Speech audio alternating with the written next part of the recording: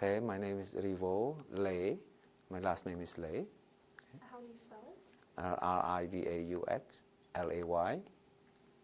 And where were you born? Born in Phnom Penh, Cambodia. And how many family members do you have? I only have one brother and one sister. One brother and one sister. Yes. How about your parents? My parents passed away, both of them. One in the communist and one in LA lately. Can you also tell me about where did you and your family live as the war in Cambodia ended? I was in Phnom Penh at that time, in the capital. When the war was over, we were evacuated out of the city by the Khmer Rouge. So when did you decide to leave your homeland? What happened? Oh, that one was way after, because excuse me. Stop, Sanpo. You're not talking anything about before that, or you're talking about yes after the war. Talking about before the war, Mm-hmm. a little bit about that during the war. Okay. Yeah, and then. Yeah. Okay. Yes, like I say, I was born in Phnom Penh, and my family, everybody live in the capital. And when Khmer Rouge won the war in 1975, they evacuated all of us out of the capital. Like you and like kids right now. At that time, I don't know anything about like how to survive, because everything provided to me. I was from the middle class family. All I know what to do is to go to school, come back home, and play. But when the war started in 1970, it was bad for older people. They were so scared. They were afraid of everything. But for us as kids, we don't. I was not afraid. We actually went upstairs, like went up to the tallest places to watch the rocket flying over our head. And as a kid, it's just fun. It's not a scary things. But in 1975, when they took over, one of my uncles told me exactly what I'm going to expect with the communist regime. He told me that forget about all the money. All you need is food and something to do gardening. That's what he told me at the time before we separated when they forced us out from the capital. We drove about 1 kilometer. Then Khmer Rouge like pointing the guns to us and let us get out of the car. We got out of the car, and they put us through the boat and brought us out of the capital. And then we were on our own. They told us, they didn't tell us where to go, but they just say go, and they pointed the way. We just walked out of the capital. At that time, it was chaotic. Of course, everybody was panicked, and sometimes some people separate from each other, family members. And for myself, I was lucky because we have smaller family. We stick together. But carrying stuff and having long walk before, like we never do that before, but we had to do it because if we don't move forward, we don't go where they want us to go, they're going to kick us anyway, and with a gun. I stay closer to the capital for at least a month. Because that they told us to leave the capital for 3 days, or because Americans going to bomb the capital. That's why they evacuated us out of the capital. But that's why we were waiting. After a month, they have the martial law. Everybody has to settle down where you are or they're going to force us to stay in some places. So at that time, after that, we gave up. We said, oh, we had no chance to go back to our home. So I left Phnom Penh to Kampong Cham. At that time, I was 15, so I was still like 15 now is different than 15 then. When I was 15, I know nothing. You 15 now, you know everything.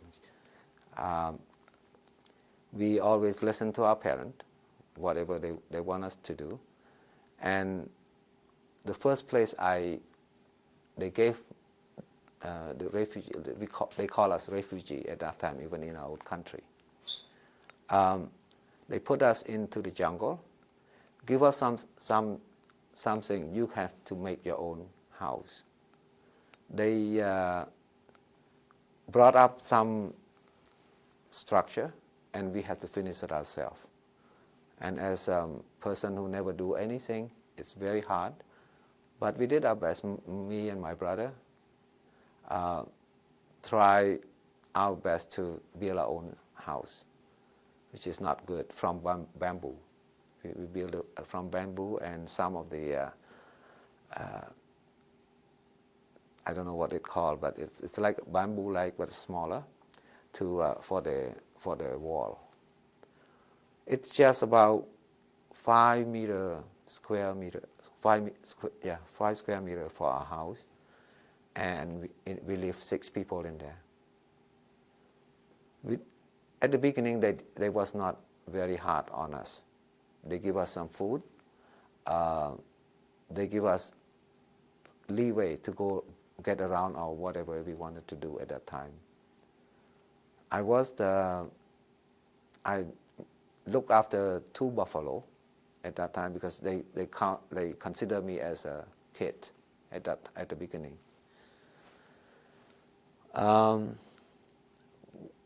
Probably 6 or 7 months later, they took us out. They forced us out from that place again and sent us to Kampong Thom. That's where the hardship happened. When we first got there, we are considered as the enemy of the regime. And anywhere we go, we have they put us in one of to live with the people that they call old people. That means the residents, and they call new people, which is enemy of the regime. For the people who they consider enemy of the regime, they give us very little freedom and force us to do hard work all the time. From that time on, I never see any member of my family. My brother went to the other side, my sister went to the other side, and I never see my parents. But I have my grandma there who's always home because she's older. They allow her to stay in the village a lot more than the rest of us. I was always at the front line to do anything like building dam, helping flooding people, any hard work. I'm there. I was there, and I had a good time and bad time. Like from that time on, during that time they taught me everything, how to survive. I cannot be naive. I cannot just ask them what I wanted to do. I had to do what they told me to do. We work very hard, and at that, sometimes we start from 8 o'clock in the morning until 12 at night, and the break is about half an hour for the whole day. At the beginning, like I said, they feed us a little bit better, but as the time goes by, life becomes harder and harder every single day. They gave us very little to eat. I brought something, but it's okay. If you know a teaspoon, like a teaspoonful of rice is your food for one time. If you're lucky. Boo, I think you should show us what you wanted to show us. We'll have something that I have here. I brought a few things. I did not prepare, but this is a can. This may be this much, because 3 of these cans is 1 kilogram. One of rice here, and for the food that you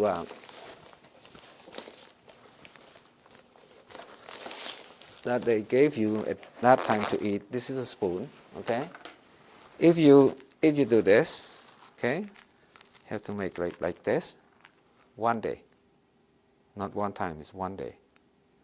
How we survive is. Yeah, how could you survive? Like this is for 1 day, it's not for one time. So we have to improvise. We have to eat something that we're not supposed to eat, like leaves, any stuff. And I went to one time. I went to do something in the jungle. They give me 2 of this, and I'm supposed to live for 1 month there, with two full can of the rice. And I had a very bad experience at that time. But I was sick. I had malaria. I couldn't eat. First, we do not have enough nutrition to fight any sickness during that time. I went with my brother. I was lucky that my brother was there. He helped. We are the city people. We don't know how to survive in the jungle. My brother, he was so nice. He's with very little knowledge, he just look at other people, what did they do to survive in the jungle. He go and look for potato, something that is wild potato. I don't know what kind, so many kind there. But since he doesn't know which one is which, he only go to the one that they already took some of it out, and whatever left a little bit, he took that and brought it over and helped feeding me. That's why. Would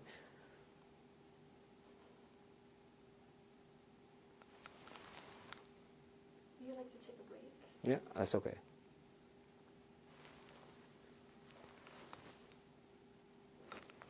I stuck with him till now.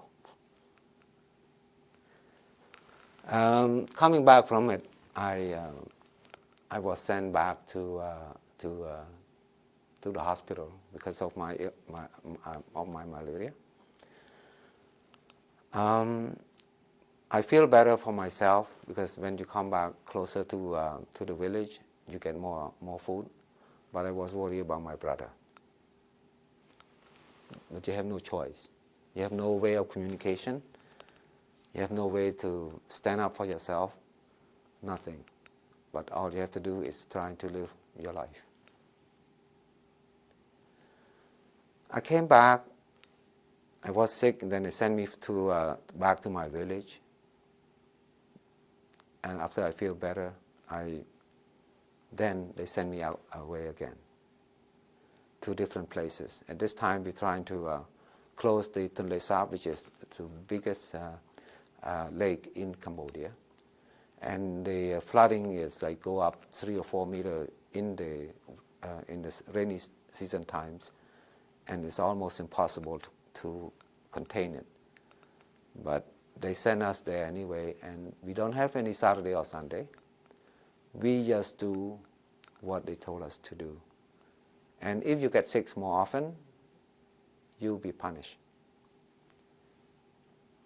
At the beginning, they probably beat you up. When you do it too often, they probably kill you. So the life at that time, we live in scary time every single day. We don't know when that happened to us.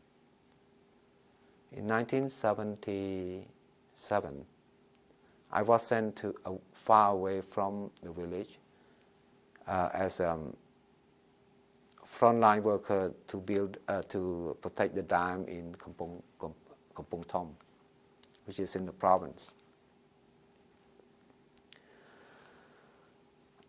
I was there for from 77 till the end of until the Vietnamese came in 1979. But I had a lot of things before that, but we were eating, like you said, we eat almost everything. It's like cannibal, animals, whatever. Any living thing we eat, you wouldn't believe what we eat. But to survive, we have to do that. And like I said, you're lucky if you have this much rice, like 1 spoon of rice for a day. But most of the time, we don't even have the rice. We have to eat something else instead of rice. And for the food that they give us, like I said, if you stay in a bigger group, you have some food that's mixed with very little rice and those plants. And for the we have, like, not all the time, but we have one thing I forgot that I don't want to say that something that is not true. We eat rice for 2 months every year. They give us rice because it's the harvest time. When we harvest the rice, they allow us to eat a little bit more.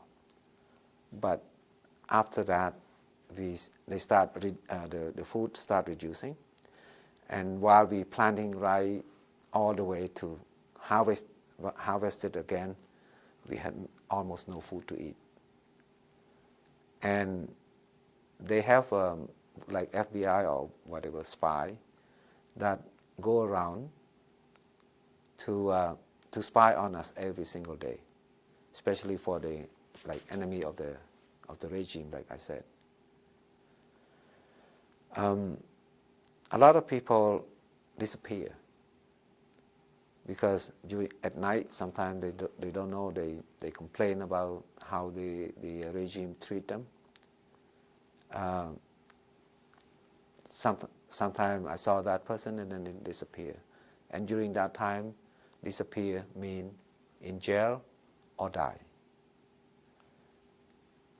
A lot of people witness that the people who are in jail, it's worse than anything in the world. I mean, normal people, you didn't even have enough to eat, saying anything about the prisoner.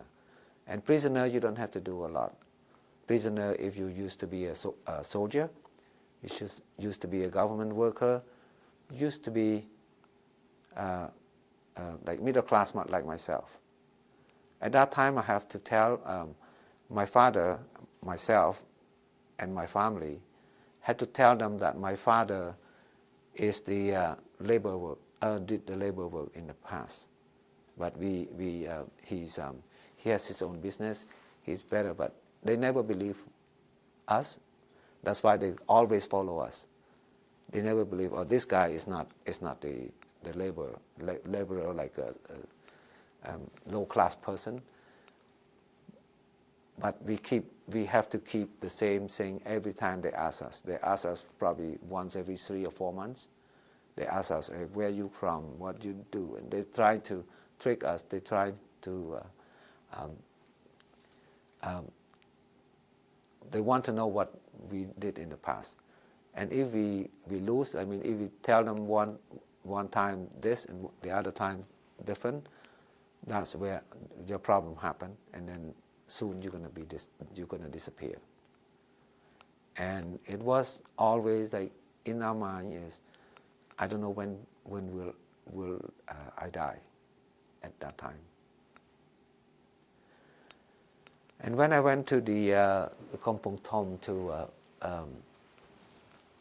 be a frontline, always frontline worker, but this one is they call Chalatambon, which is the frontline worker for the province. And they forced me, like force all of us, to work from 4 o'clock in the morning until 12 o'clock at night. And in terms of clothing, we only have 2 pairs of clothes. And if both of them are wet, we're done. We have to sleep in the wet clothes. I was lucky. At that place, they give us some called slipper, made out of the tire, because we are at the front line for the province. They provide us with some clothes and the slipper to protect our feet. I used to dig the earth 4 meters square. They start from 2 meters square. I mean, it's a lot of ground to dig, and then become 4, and then become 8, become 16. You either do what they told you, or you're in trouble. I did the best. I did all the hard work. I tried my best, but still, they consider me as their enemy. And one time, in 1978,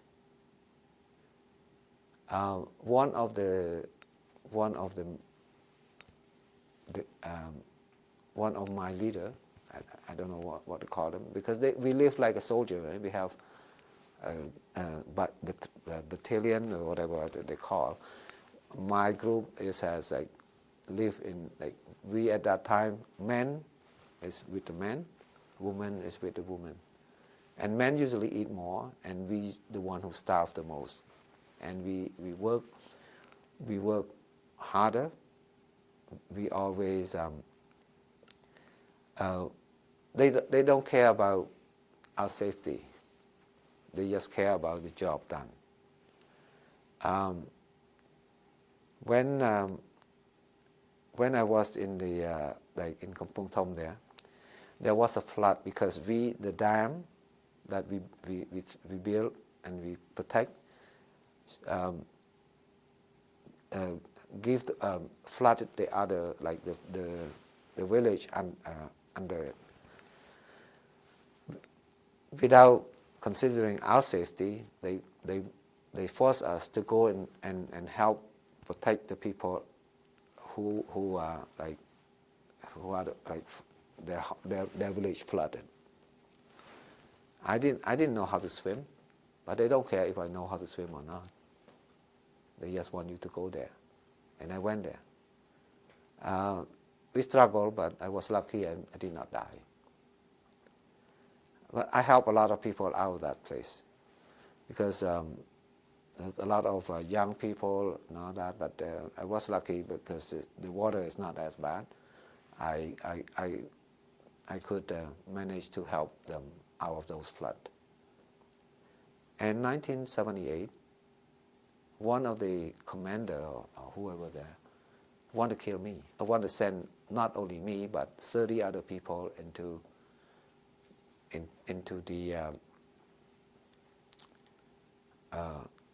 jail, because some of them declare themselves as educated people, government worker, and soldier. For myself, I keep on telling them I'm not a soldier. I'm not educated. I only study grade 1 before, and I'm left-handed. And when they ask me to write something, I write right-handed to show them that I'm not I don't know anything. But still, because they hate me, because I'm Chinese, right? And then they just want to kill me. Out of those 20, but I was lucky at that time. I was so lucky, or I would die. Before they take the 30 people, another commander knew what's going on. Then he sent me to the hospital. He said, "Oh, you look terrible. You look like you got what do you call the yellow skin? Or what is the yellow skin things? Jaundice." Oh, jaundice. Yes. They said, he said, "You look terrible. You're so sick." But yes, I was sick. You can see all the bone in my body at that time. But in terms of working, I'm not afraid. It doesn't matter. I used to carry more than 100 kilograms on my back all day, back and forth, because they have three groups of worker. Group 1 is the strongest, Group 2 is the middle one, and Group 3 is the weak. And I'm in Group 1. Like I said, you can carry 100 kilograms, I can carry it too. I'm not afraid, and I'm not. I don't want you to say because I'm to give me any excuses to punish me. But still, they want me to go with the rest of the group. But at that time, before that happened, one of the commander, I think he saved my life. He knows what's going on within the rank, and he sent me to the hospital. After I got to the hospital, get treated of my jaundice and my other thing that they say I have, there was an order from my group, my battalion, to get me back to the unit. And the doctor there said, "No, this person was still sick. I cannot release him." I think one of the commander there and the doctor knows what's going on. And I didn't, at that time I didn't know. I asked the doctor, "Why didn't you let me go?" Because I'm afraid that if I'm not going, they're going to punish me more when I go back, because they asked me to go back. He said, "No, you stay here." They didn't tell me anything. They requested the second time. He came over again to the hospital, asked me to go back to the unit. The doctor refused to release me again. And after everything's done, the doctor knows everything is okay. I asked him the third time, "Can I go back to my unit?" Because I was not sick at that time. I mean, I was skinny, but I know that I feel okay. I can work.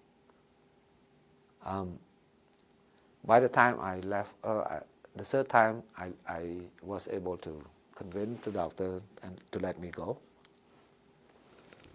And by the time I got to my unit, my friend told me, "You were so lucky." I said, "Why?" "Your name was on the list to go to the prison, which is beside the hospital.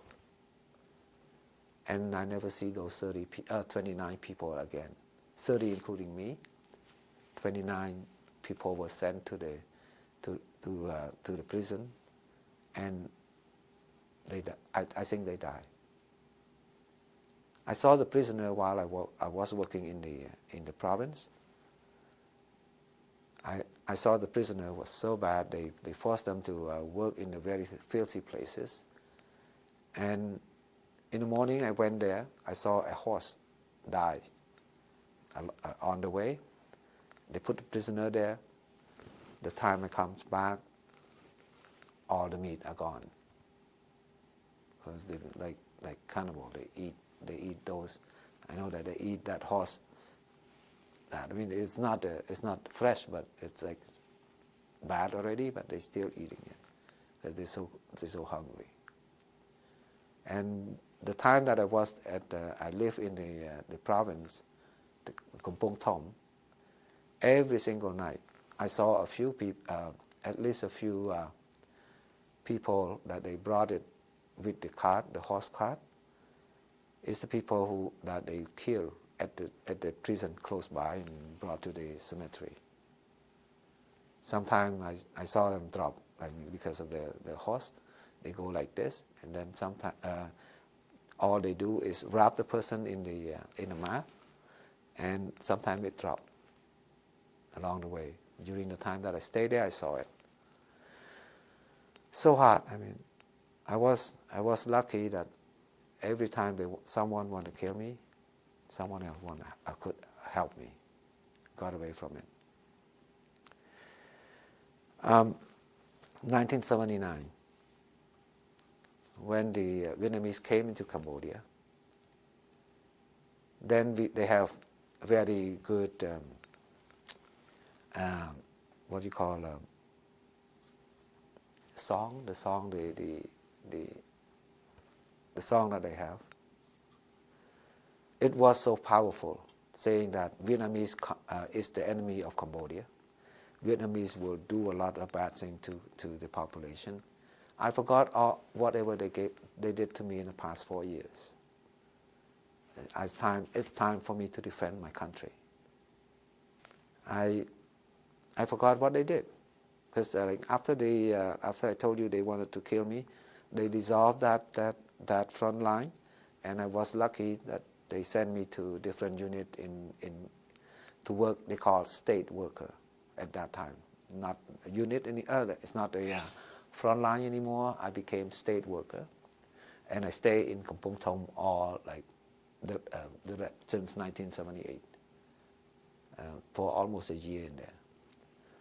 And I moved from state group to state group. I did some construction work, road work, became the what you call the cut the wood.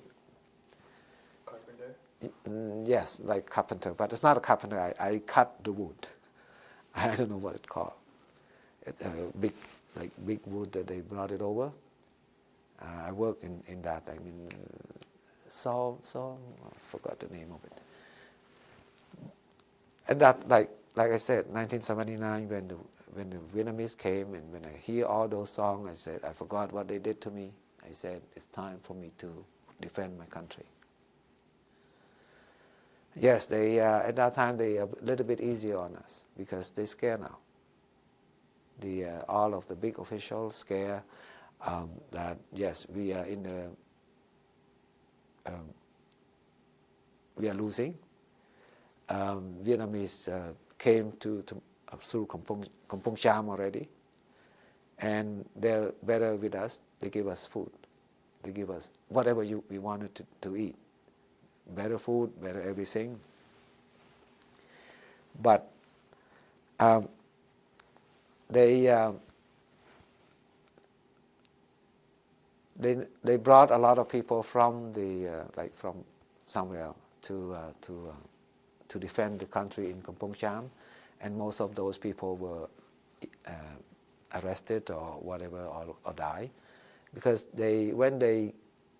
at that time their unit, their military piece of it is not as strong as they were when they were fighting with the Lunar regime, because after they took over, they keep killing their own commander. Like this guy is no good, that guy is no good. So their military piece of it is not. It's very weak. It was very weak at that time. So the same thing as when they brought people to defend the country. We have no military training, because they want you to go. They just say, okay, here you go. They give us a gun, go. And the kid, as younger people want to defend their country, they don't think twice. They just go. They were happy to defend their country. They went there, and a lot of people never come back. They become what?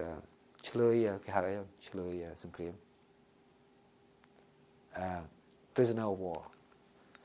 When they went there, the Vietnamese is a lot stronger than our troop. They have all the tanks, everything. They just went into the trap. So a lot of people never come back. Vietnamese took over Kampong Cham, and then they went to Phnom Penh. So you became one of the Where They, did you go after? for myself, I'm the last piece of it. They went to Phnom Penh, and then they came back to Kampong Thom. They didn't come to Kampong Thom because Kampong Thom and Kampong Cham is very close, but they went to Phnom Penh first. Yes, they gave me a AK, yeah, and a bag of bullets, and with one what you call sang, however, the magazine. They gave me one magazine, and a bag of bullets. And we are very compassionate at that time. We were trying to protect the country. My unit is we have about 100 people. Try to hold the Vietnamese from coming into Kampong Thom. We had one B-40, and the rest are AK or if you're lucky, you get an AK. But if you're not, you get like carabine. It's very, very small and very old guns. And we did our best. How can you protect anything from the tank? Vietnamese didn't come with walking in. They driving the tank in. They drove the tank into Kampong Thom. We fought, but in less than 5 minutes we ran away to recruit the next one again. I defended 3 times. I was lucky I was not hurt. But at that time, Vietnamese did not kill us either. They know we're not gonna. We know much to them. One of my friends had a B-40. Shoot at the tank. It didn't blow up. We had no experience. We don't know how far can we shoot when it to get that thing to burst. So we just shoot and then it dropped. Vietnamese came down and just took that away from him and just let us go. If they kill us, we will all die. I tried to defend 3 lines that we did. We did our best. But we have no match with them. And then after that we fled. We have no choice because they come with the tank, PT, I think they call PT-54 or something. Even B-40 could not penetrate that tank. And then we have to run away again, and that I'm really running, because the tank went after us at that. After the third defense line, the tank went after us like crazy. They did not shoot, but they just came after us. Now the next phase is to, because not everyone like military, like they call the people who work with the Pol Pot at that time. Nobody likes it. You don't know when, because it took me 3 or 4 days before I get home, before I walk home. But during that time, we have no food, we have nothing. Like I said, they gave when we were in the unit, they give us they feed us. What they feed is up to them. We don't have any belonging, anything. We have nothing. We only have 2 pair of clothes with us. That's it. One with you put on, and one you keep to change. Other than that, you have nothing. So we have to go to the village and ask for their mercy, ask for food or something from them. A lot of people who work with the province, like myself, or with the Pol Pot, some villager doesn't like them. Sometimes we got slaughtered by those villagers. When you pass asleep, they can kill us. When you're not, when you're awake, they're okay because you have gun. But so we had to take turn guarding ourselves from that, from happening. And as the time goes by, when we go farther and farther from the place, from Kampong Thom closer to my home, we have fewer and fewer people. At one point, I had to walk around 100 kilometers, 50 kilometers by myself through, let's say, enemy lines, because we have to. I have to be very careful with the people around me. And I don't have anything at that time. We threw away all the guns that they gave it to us. But we have to blend in as a normal people. Because when I went there, we had like a uniform. When you work with the province, they give you like a uniform, like I don't know if you see Khmer Rouge, the black clothes, like all black or navy. They have only like a few color for the people who are in the serving the regime. For the rest of the people, they do not have that, because that they can tell by your clothes that you are in the working with the state. So probably for almost a day, or like a little bit more than a day, I was by myself, but I was lucky nobody want to kill me. I came and then met my mom a few hours before she left. Before she left that village that we were put in at the first time in 1970, like an early day. If I missed that 3 hours that she would have left, she told the villager that she went back to Phnom Penh.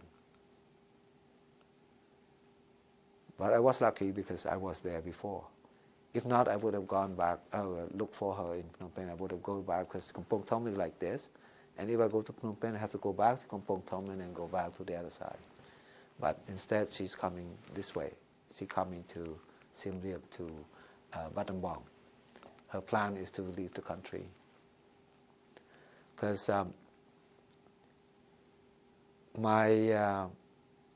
before my father passed away in 1977, before I left for the province, for the frontline worker at the province, we call Jalatambon. My father, before he died, he told my mom that we cannot survive here. If you have a chance, bring the children to Thailand. That's what he told my mom. And we did the same thing in 1970, but we was not successful. My father and my mother already went and checked in Thailand in before 1975, a place to live in Thailand already. But then, because we planned so late, that's why we stuck with the Pol Pot regime. And then that's why in 1977, before he died, he told my mom, bring the kid out of this regime. This regime is so bad. And what I just told you is just a tip of an iceberg. It was worse when I lived there. But since the time went by, I do not want to. It reminds too much of what I went through. We were treated like animals. We were forced to do hard labor all day. And that's why I always feel like it's so unjust at that time. A lot of my friends hang themselves because they cannot take it anymore. And sometimes myself too. I want to give up. A lot of people dig their own grave. When you when you declare the enemy of the regime, they can do anything you want, they want. There's no justice, nothing. A couple of my friends trying to flee the unit to some other place, they caught them, they brought them back, they asked them to dig their own grave and then kill them in front of all of us. You know how threatening it is? And sometimes in the when you walk in the rice field, you see people die there, but you cannot say anything. You have to walk away, pretend that you didn't see it. They use the college or school to be the prison. They put people in prison in those places. And if you look at the history or look at the killing field, the condition is very bad. That's why I said if I was sent to the prison at that time in 1978 or 78, I would have died. I wouldn't be able to survive because they shackle you down like crazy, like dogs. One of my friends said, if you didn't put your foot properly, it will go through your foot, through your foot here, because they're gonna put the rod in there, and if you don't put yourself properly, you're gonna get hurt, and they're not taking it out until the next day. Because that at night they want to make sure you're there. They put that shackle on you. Like I said, the life at that time was so bad. I don't know what's going on. That's why when in 1979, when the Vietnamese came, it's another communist. My mom said, I wouldn't want my children to go through this again. So we escaped into Thailand. It took us around 2 or 3 months before we. Normal people will walk in a day, but for us it's walk in about 2 or 3 weeks to get to closer to the border, and then took us a few more weeks before we find a way to go across to Thailand. When the first time we went to Thailand, that was not a good experience either. And I left, I think in June or May or June in '79. We left to Thailand once, and we stay about a month in a refugee camp they call Nong Chan.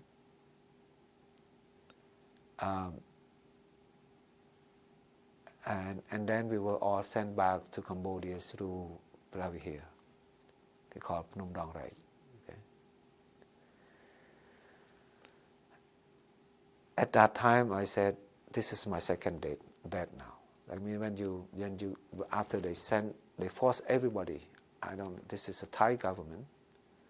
Send us all back to. They did not send us the same way that we came in. They sent us through Phnom Dong Rai, which is a lot of mine on there. A lot of people die in front of us. We have to sleep close by those corpses. We have no way, because some people trying to help to bury the corpse, but the mine is everywhere. You can trickle the mine any place on that mountain. And we were lucky that we were starving during the communists, during Pol Pot regime. I think that's why we survived on that mountain. Mines everywhere. You can walk about 5 meters a day. And because the people were rushing, because we have no food. When they sent us to that place, they didn't give us anything. My whole family, we have about, you see this one, we have about 5 times this, and we have 10 people. We have only about this 5 times of this is about 10 kilo, like no, 10 of this can, or 12, I don't know how many.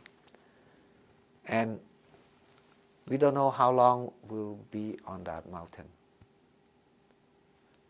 We don't have any like water bottle or anything. We normally just having the cattle that we use it to like we never store any water, what I mean.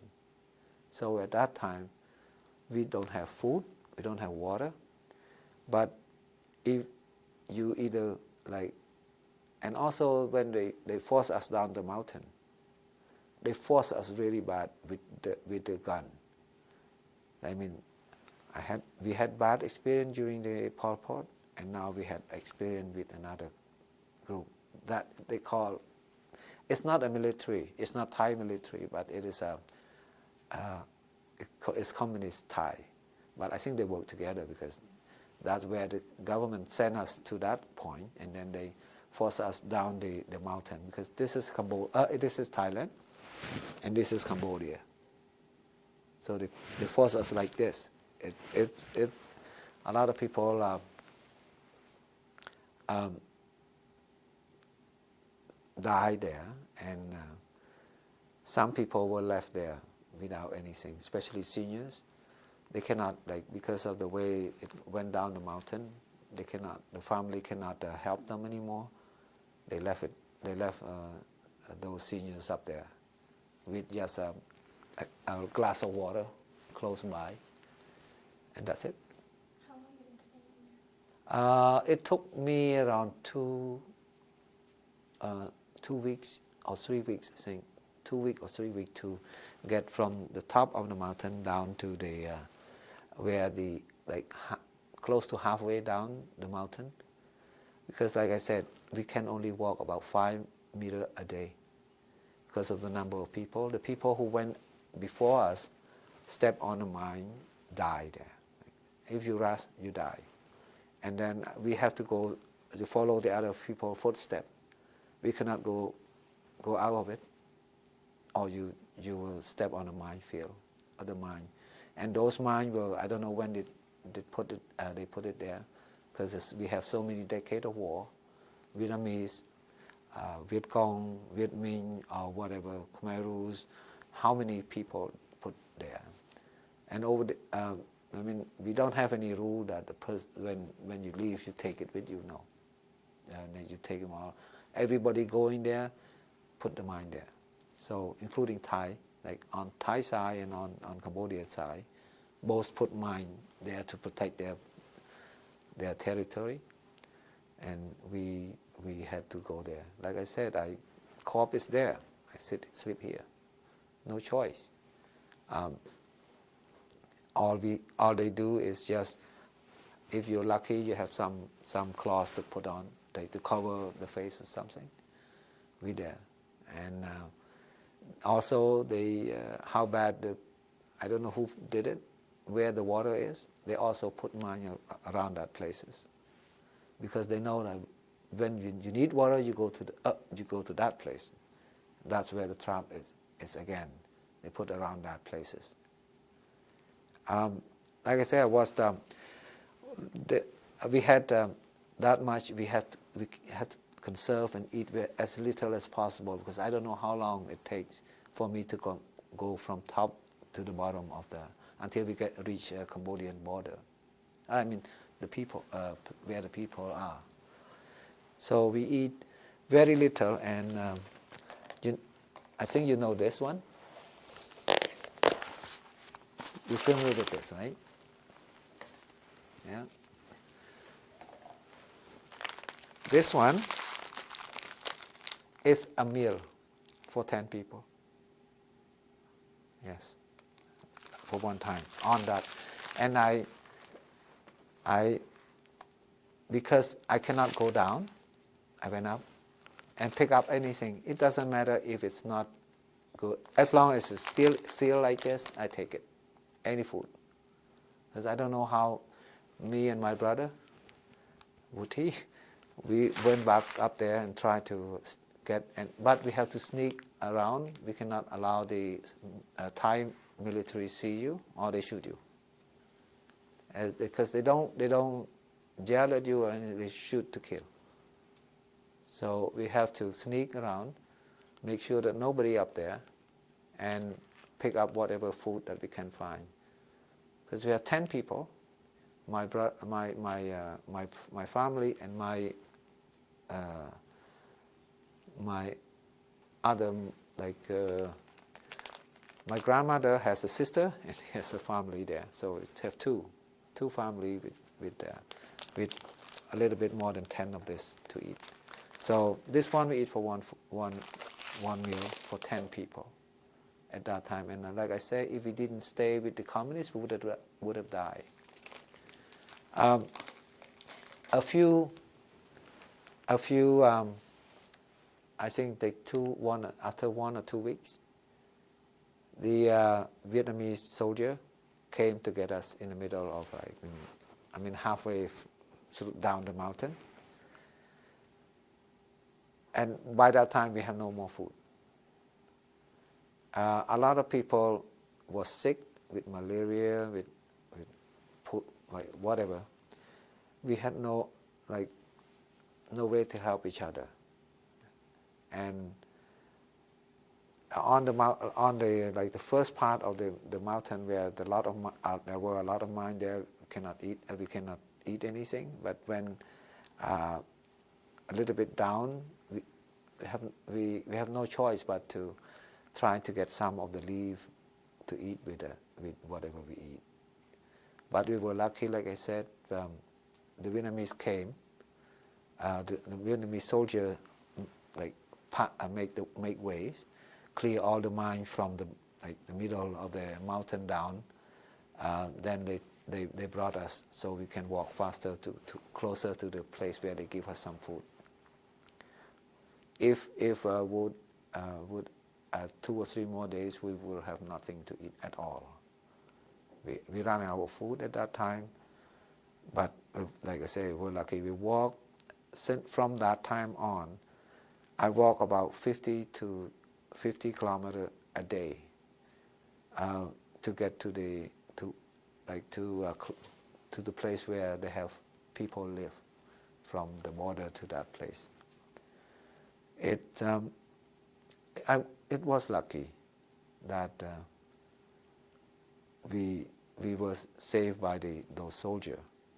It's not that they're not good, but we would have died. A lot more people would have died because of the mine, because of the starvation, because of the disease. And on top, if you have a Tylenol, a pill of Tylenol, because we have nothing to cure the disease or any illnesses, they can give you a diamond for that Tylenol, but nobody even want to exchange that. Like food, it's the same thing.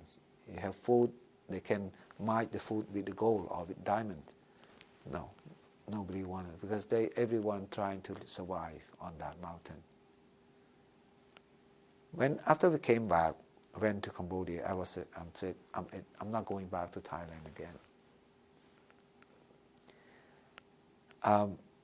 Now we become bad people again, because we escaped and then they send us back. Now they become enemy again to the people who there. But my mom was very courageous. She said, no, your dad told me to do this and I had to do it again, even though we were not successful at the first time. So we escaped to live in the border. They call it Chambrum Thmai. There were three camps there. They called Chambrum Thmai, Chambrum Cha, and Kok Khiung along the border. We came there and we lived in very filthy condition, but we cannot stay in Cambodia because of the there was no law, no rule or anything at that time. And a few, I think 1 or 2 months after, they opened Kawi Dang, the refugee camp in Kawi Dang. So we went to Kawi Dang, and myself and my brother pay someone to bring us to Aranyapathet. Through the hardship that I did in the past, I look at other people. I feel bad for people who doesn't speak the language. I mean, when you, even in Thailand, you have to speak Thai to survive. And also the I started learning English since when I went to Aranyapathet in 1980. I studied English at the same time. I tried to work with the NGO. At that time, I worked with the church group, Seventh-day Adventist, to help people, because I feel that the need is there. The people don't know how, like, about nutrition, don't know how, have difficulty getting healthcare, something because of their language. Then I know a little bit of English, but I said, hey, I have to help these people. That's why I volunteered with the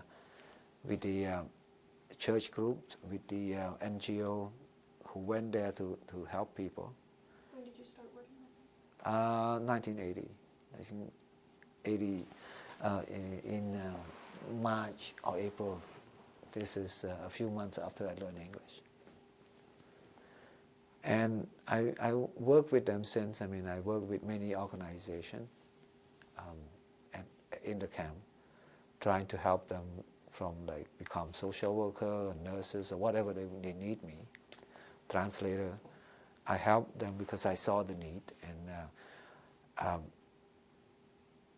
then I continue to work with more and more, and including the U.S. Embassy. I helped with all of them. And you know, at that time we were lucky that probably I'm younger and I can learn the language faster than any other people, and my brother. So both of us continue to help the community since. And in the camp, the life is not as bad. When that the second time, the first time I didn't know why the Thai government sent us back. I didn't know. But the second time we were very, like, we have very limited resources, but at least they didn't treat us as bad as the first time we came. I was so lucky too. I live in 3 camps. Like the first one is Kavidang, and then I came into Aranyapathet. And when they closed down the Aranyapathet, they said, oh, there's no more, they want to close this camp. They sent me to Lumpuk, Surin. And then they closed that again, they sent me to Pananikum, Chonburi. 3 days after I got accepted by Canadian Embassy, 1983. Oh, yeah. Early 1983. Or, yeah. 3 days. Then they sent us all back to Kavidang.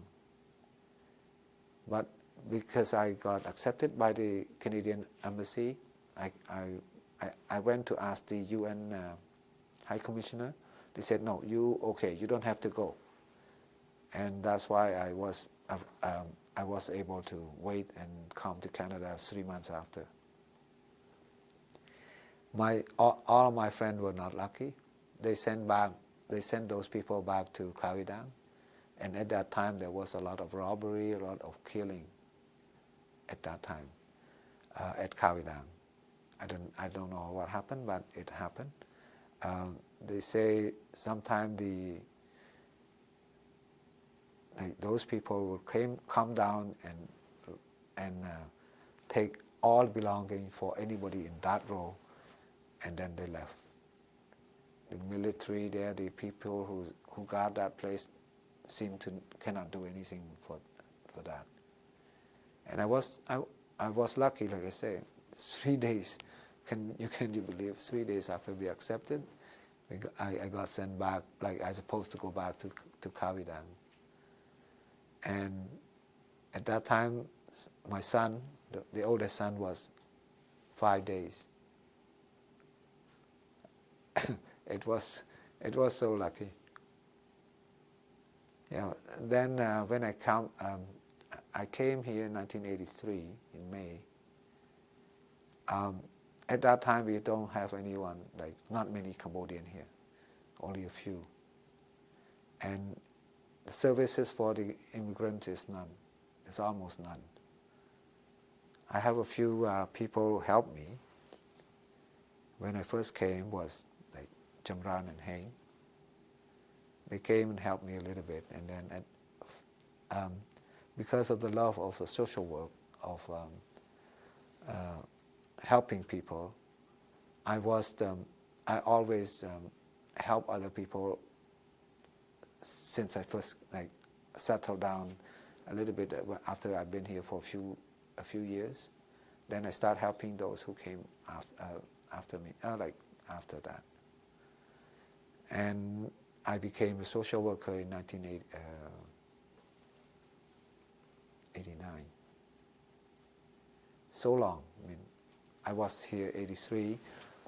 I was not able to find any place to do what I like until 1989. I became a social worker at Somerset West. Like, if you can ask anyone, I always there for people, always there to help people. It doesn't matter. I get involved with so many things. I think at that time, I think the best thing is to preserve our culture. And I did not want to start the dance group, but my friend convinced me to help them. And that's where I started the Soma Salpak group. It was hard. I mean, a lot of people, like a lot of young kids that I used to teach them now, they're grown, they're having children now. We are a small group, but we were able to keep our culture for 30 years. And we perform at almost everywhere, at school, at museum, at the city hall, any places at that time. I work, like I said, I work as a social worker at Somerset West, and at the same time I work as a multicultural liaison officer in the Ottawa District School Board. I help a lot of people, that's my passion. And I got involved with temple, with association, with anything that needs my help. It's not that easy, but it's not easy sometimes it's not easy to help people when you don't have any resources. It's very few resources at that time. And even now, I think, for Cambodian people. I did my best, and I know a lot of people knows me. Everyone knows me, that I'm always with the community.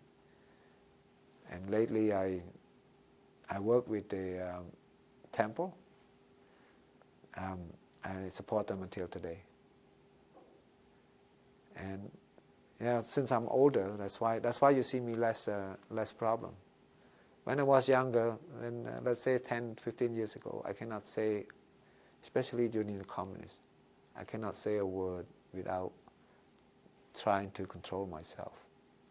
It was so bad. It's hell. If you describe it, it's a hell during that time, because you don't know when you're going to die, and it's very difficult when you have that feeling, hopelessness, defenseless. You have nothing. I mean, they can kill you with just like this much. You don't have to do anything really bad to get killed. And yeah, it's so difficult sometimes.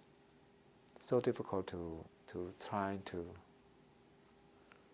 think. But one thing I'm lucky that I'm here in Canada.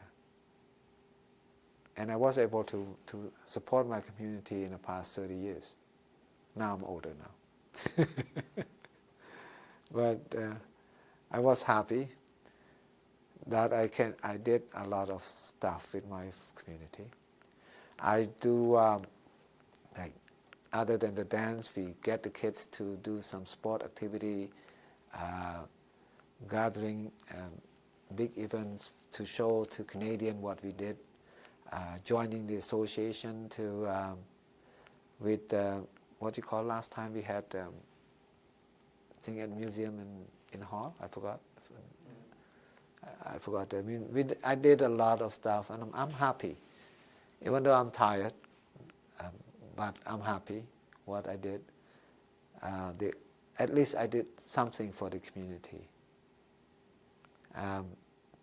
That is my, like, thanks to the Canadian government that bring me over, and my children are doing very well. Of course, we're not. We didn't have a chance to stay in Cambodia, but I had like, my children are doing very well, safe especially. And I hate war. Since I went through all those hardship that we went through, I didn't know anything when I was young. I know how hard it is to become a prisoner of war, and struggle through the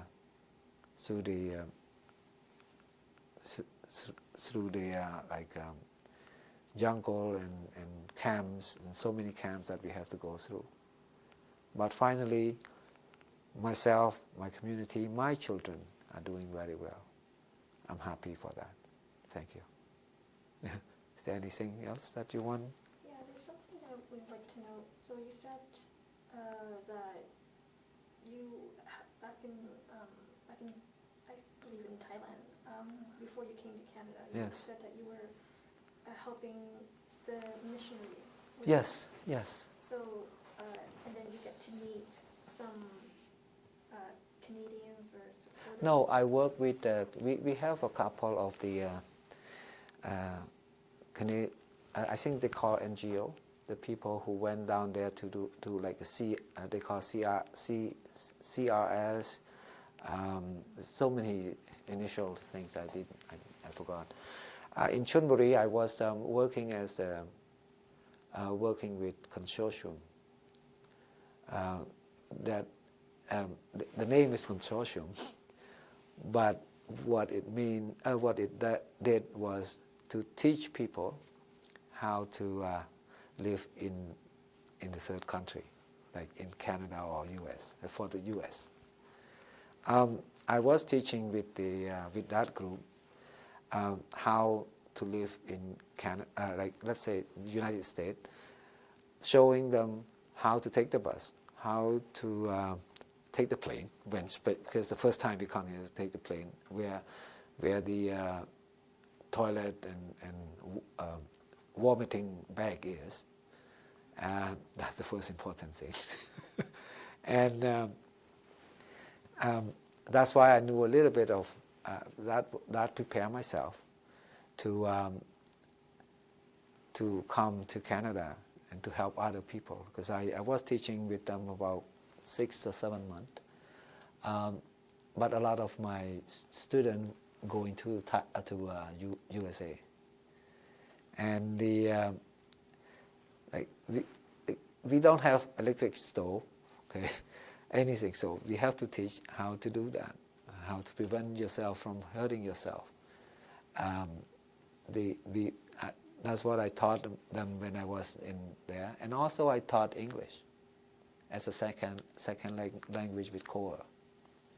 There's so many organizations there, and they have they call a regular one like hospital.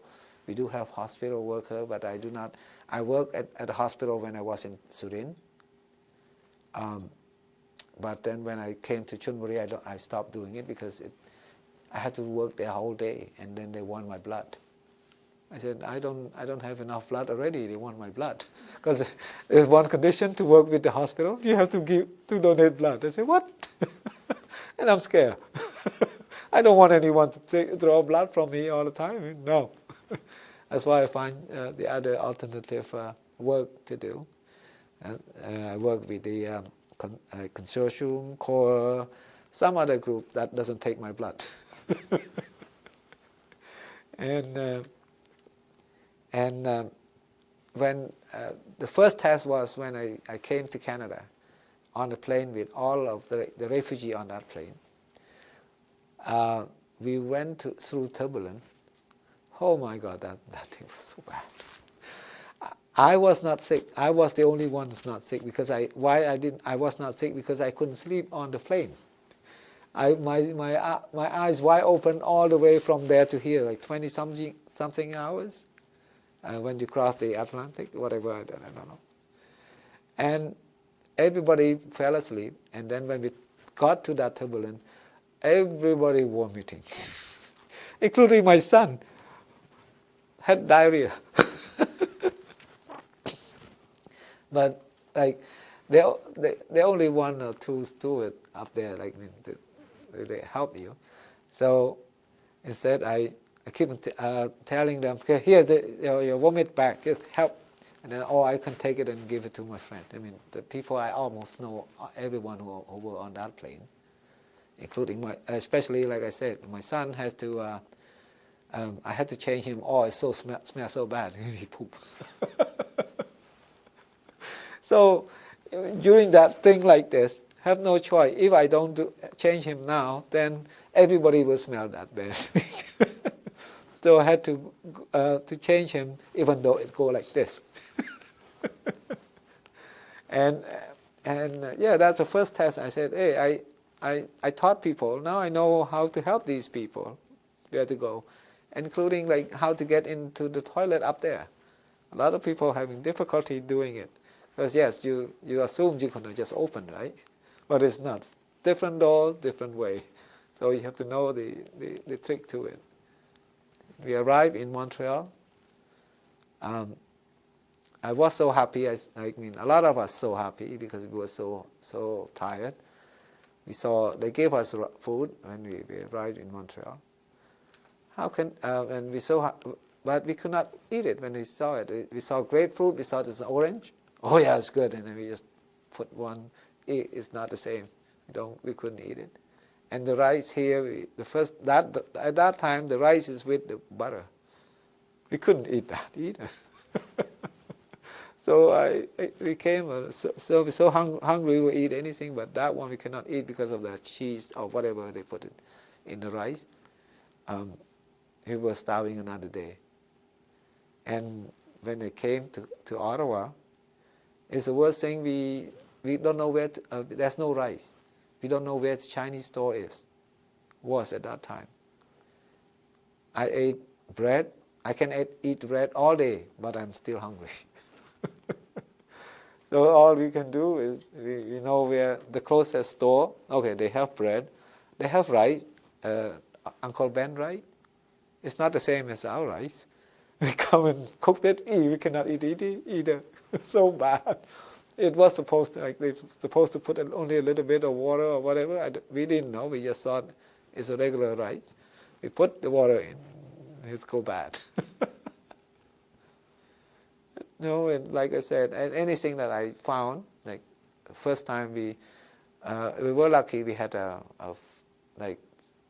friend come and show us where the Chinese store was at that time. They put me in a hotel at downtown, and Somerset. Okay, they show us where the Chinese store is.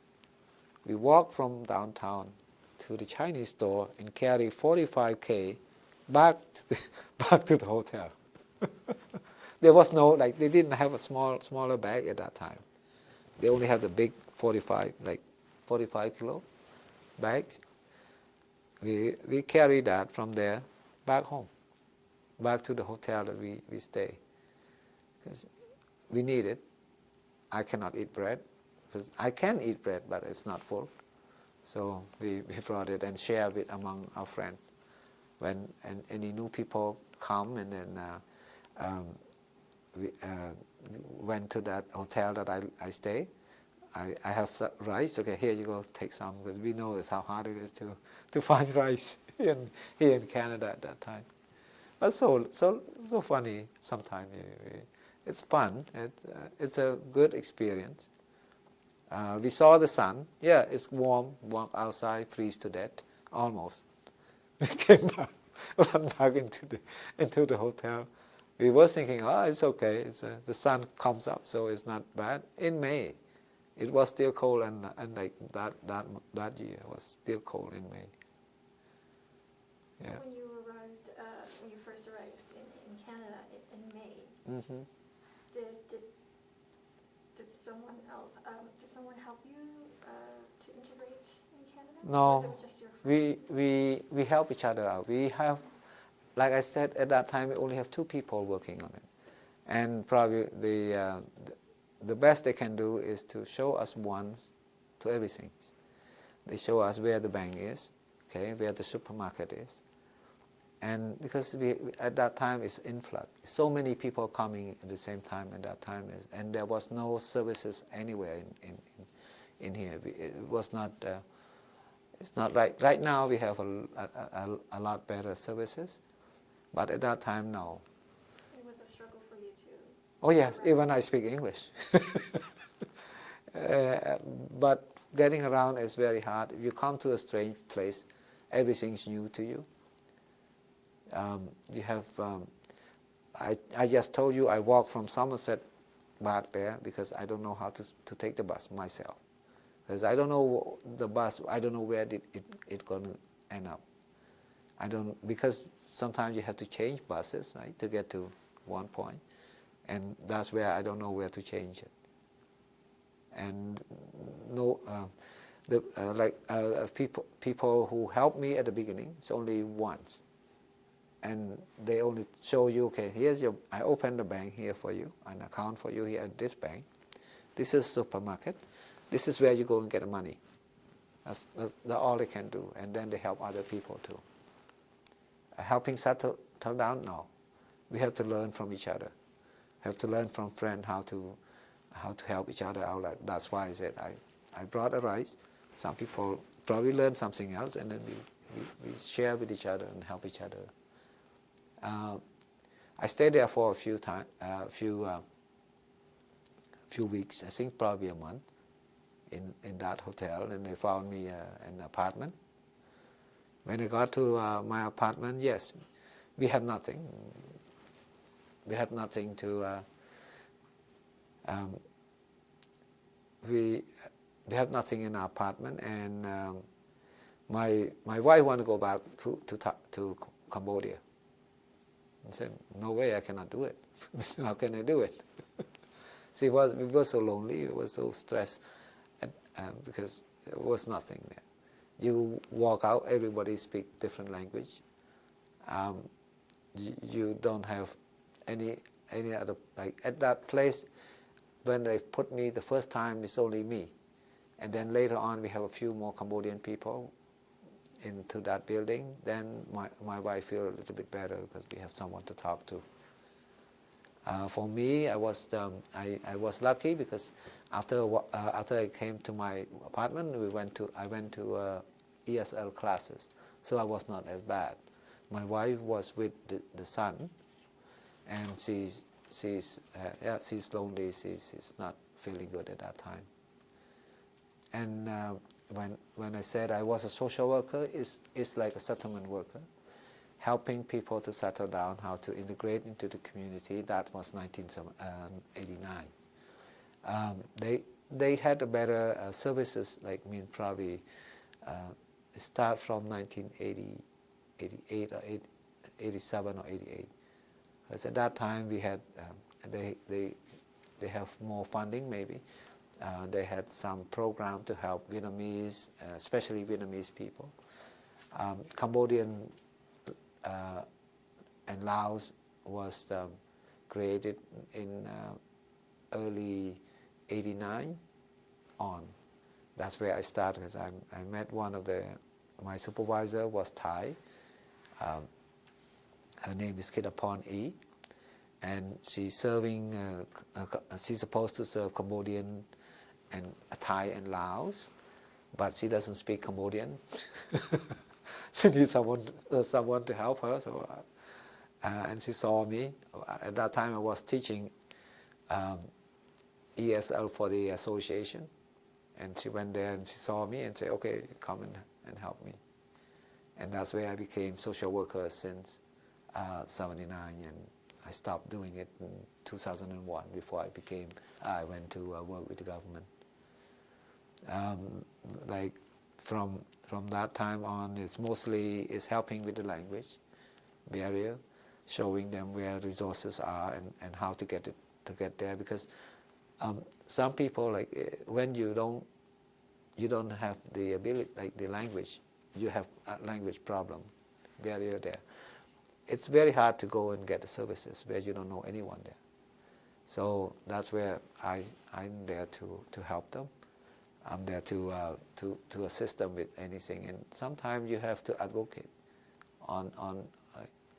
When I was a social worker, I always give my workplace, like I always tell them that we need this, because only us know. The service provider will not know until you tell them what you need. And I fought a lot to try to get program and services for community. But since I stopped, I don't know what happened. When you came here, it was not difficult to get a job in Canada when you first became a social worker? It is. I mean, you don't know the language, okay? You don't know how to process here. The job that I got at that time was through friend. A friend brought me over. I mean, if a person used to work somewhere, you have to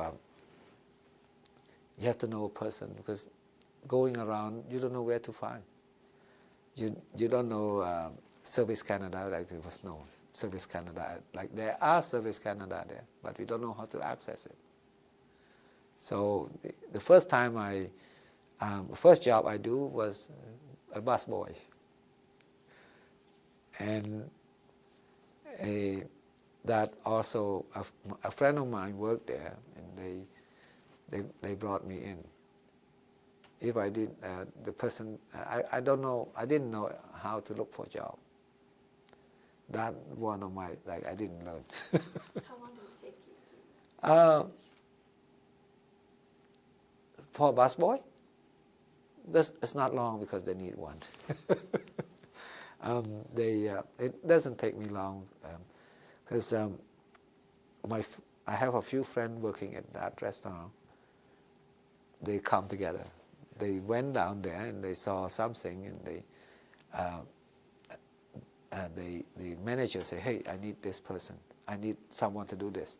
Then they got it, and then after that he said, "Okay, I have the job. I have a friend. You need more people?" And then he just came over. It was lucky that he found that the first time, but it is not. We don't know how. Like we didn't know that. Oh, finding a job have to write resume and all that.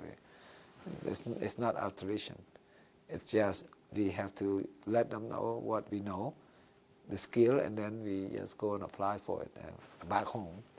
It's not. We don't need the resume and everything. And then before I became social worker, I still work. I work with like I said, I work as a teacher's aide. With Ottawa District School Board also, and that's why I know, like, have connection. The connection is everything. It's not, but at that time I know a little bit more of how to help people, because I learned, and then you do. I did some research, and I know, okay, to find a job you need this, and this, and I had my diploma. That's one good thing that I had. I had my diploma in Canada. That's why I said that probably do need the most. That helped me a lot. So, and then through my experience, I help other people the same way. Anything that I find out, I would help my community with it and show them, okay, this is how you do things, this is how you find a job, this is how you access this service and that services. And I try to connect people since.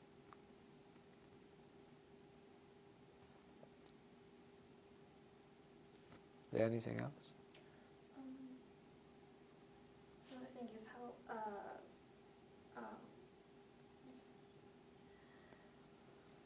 so how long did it take you to feel at home finally in Canada since you arrived? When I agreed to come here, to Canada, I agreed to come to my home. Yeah, I mean, I feel that, of course, it's not my hometown, but when you agree to someone, you have to be faithful, you have to be honest, you have to follow the law here. That's one thing that most Cambodians did, probably Asian, most of us, always follow whatever they told us to do. Because when I left, when I first came here, because of the distance between Asia and Canada, my first thing is that I will never able to go back there and visit again because of the distance so far. And like I said, when I agreed to come here, I agreed to come to my home. I didn't mean say, oh, this is not my home. And I never feel like that. That's why I feel like I do my best to do things for my life here. I do not want to say, hey, I'm waiting to go back to Cambodia. No, I didn't say that. Do you have some general thoughts about Canada's humanitarian reaction to the refugees crisis? Yes. At the time when I was in Thailand, the first time I was sent back to Cambodia through the minefield, it was harsh, it was bad, it was difficult. We didn't know, I mean, when we were there, we didn't know anything, how much work that they have to do. I just wondering why nobody come and help us. We need it. But after I come here, feeling that how hard it is to get people, right, like to get the government to agree to do some things. And that's why I knew the reason why they sent me back to Cambodia at the time, because probably the government from here did not have a plan or anything to help at that time. That's why the Thai government sent us back. And I'm so happy, like I said, that Canada accepted me. I applied to U.S. also, but I was not successful. And Canada saved my life from going back to the very bad place. That's one thing. And when I came here, even though at that time was very little support, but I feel blessed. I feel that coming here, saving me from a lot of bad things at that time. And I don't know if I stay I don't know what's the difference if I still stay in Cambodia right now. I didn't know. I don't but here, at least I know that my children's futures are very bright, and I'm coming to the place where democracy is it's very important. Unlike even in Cambodia right now, we may not have the same freedom like here, and after all the bad things, bad experience that I went through during the communists, I love freedom. I don't want to stay in the depressed places that where voice is not cannot be heard. Everything is forced on you. No, I couldn't do that. Do you discuss your story with your children? Hardly, no. like I said, at the time it was worse than what I told you today. My memory is there. I can, like, I couldn't like. It take me about 15 years to 20 years to forget what I went through. And I'm lucky. I feel myself lucky to be here. You know why? Because A, I'm okay. B, I'm healthy. C, at least I got a good job. I feel bad for those some people who came here, who is sick, not healthy, had bad luck, couldn't find job, anything. I feel bad for those people. For me, I feel blessed that I'm lucky, and my children are lucky to be in this place, Canada. So what can Canadian learn from your personal experience and Canada's Southeast refugees? Canadian.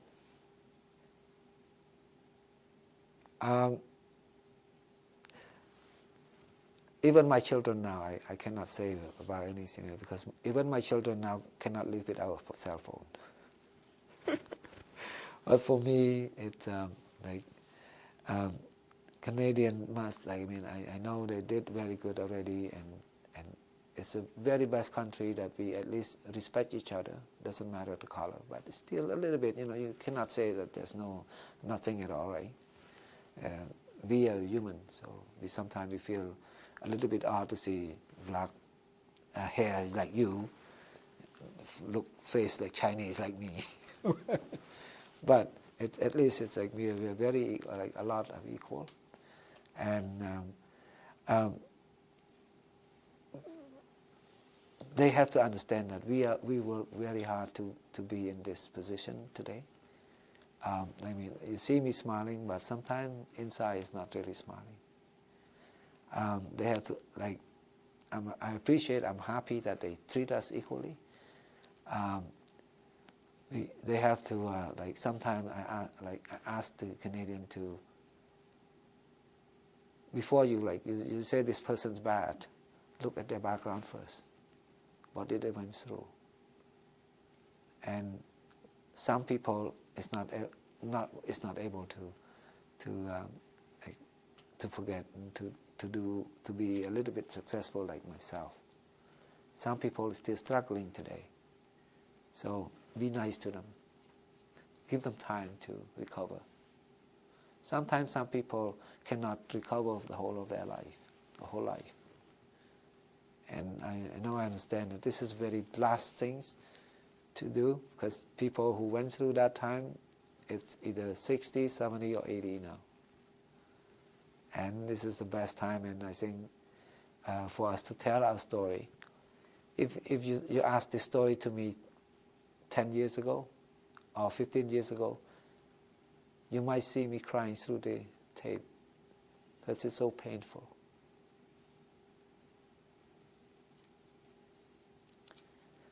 Yeah, I wish everybody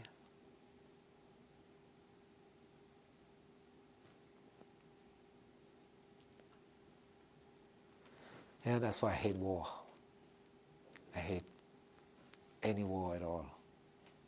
We should, one thing we should do, we should try to talk instead of using gun. It's no good to it. 30 years, for us it's 40 years after, some people are still struggling. So, thank you.